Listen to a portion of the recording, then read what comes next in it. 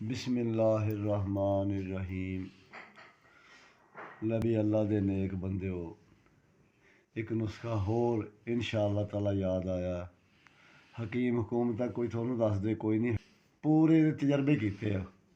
ते आंडे लै लो, जेड़ा बंदा कहंदा कि मैं फारग हो गया, ताकत तो ख़त्म हो गया, मैं मेरे पल्ले कोई चीज़ नहीं, वो बंदा 12 आंडे लै लवे दूसरे देसी, उन्होंने उबाल लवे, उबाल के उन्हें जर्दियाँ अलहदा कर देवे ते सफेदी अलहदा कर देवे। उन्हें जी वो गुड़ी होनी है ना, गुड़ी जर्दी, ਉਹਦੇ तेल कढ़ लवे। बर्तन होवे तांबे का जिहदे उसने ਉਹਦਾ तेल कढ़ना। जदों तेल कढ़ लवे तो दुध का अद्धा किलो लै लिया करे तो 2 कतरे ਉਹਦੇ पैन लगा सौन लगा पा दिया कर।